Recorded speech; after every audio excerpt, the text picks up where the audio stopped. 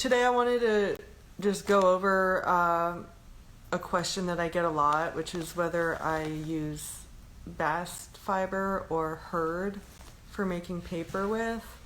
And yeah, so that'll be the topic of today's video. I might end up trashing this and doing something a little different in the future, but I just want to get into the habit of making videos. So even if nobody's watching, it's practice for me. So anyway, this is some hemp fiber that I got recently from a Colorado processor. It's really beautiful. It is about 1 to 3 inches long, so I like the fact that they're shorter fibers and about 30 to 50% hurd. So when we're talking about the fiber versus the hurd, the long strands are fiber, and then these little pieces that are a little brighter white, like the little woody pieces that are thicker, that's the hurd, and you can kind of shake it and then the hurd falls out. So the answer to that question is both. When I first started making hemp paper 10 years ago, the fiber that was available to me was from Europe, and it was very clean. It was decorticated, and they put it through a process that gets rid of pretty much all of the hurd.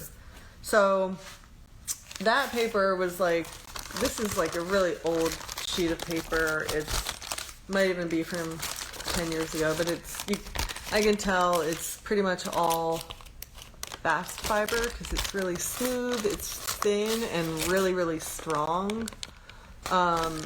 So yeah, I use both just depending on the end result that I'm looking for, right? So you want to begin with the end in mind, and what happens is when you use the fiber, just fiber, it makes a smoother, stronger sheet. This is another example. Although there's little bits of hurd, you can see very, very small bits because most fiber processors don't get out 100% of the hurd. So you can see like there, that's a piece of hurd. If you want to add more texture to your paper, like let's say you're going to be doing letterpress printing or some kind of printing where you want to show like the indentation, it's really nice because it adds this thickness and it adds a beautiful texture. So I don't know if you could see, like, yeah, you could see the texture there. It's really beautiful. And then this is another one where you could see the hurd in there. So another benefit to using hurd is that it doesn't require as long of beating time. I did attempt to make paper just with the hurd, 100% hemp hurd paper. That didn't work very well. I was able to form sheets and press it and dry it like normal, but when I picked it up after it was dried, it basically fell apart.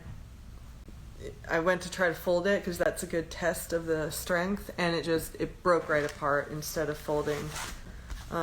Like this is actually pretty high in hurd, so I don't know. It's not folding as well as, see, because it's not a very smooth fold, whereas this is like, you know, could get a really nice crease on there.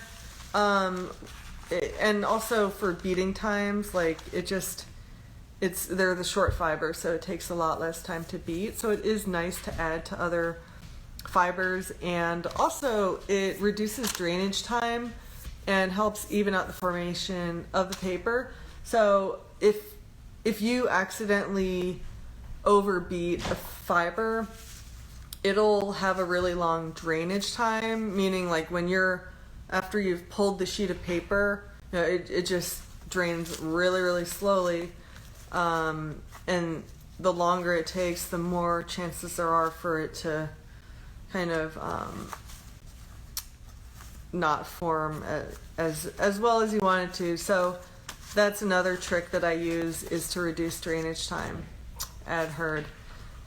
So that's it for now. I'm just practicing making videos right now. I'm going to do more YouTube, and figuring out how I'm going to do like the videography. I'm not going to just do like talking head videos all the time. Right now I don't have a studio, but I am going to do a video series using this fiber. So I'm going to grab my basic like travel supplies from storage and do it in the backyard here. So part of what I want to do is get more videos going, so hopefully like be able to have a studio space again soon. So anyway, thank you for watching and appreciate your support. Go to YouTube to Artisan Hemp and subscribe so you can stay updated on more videos. All right, thank you. Bye.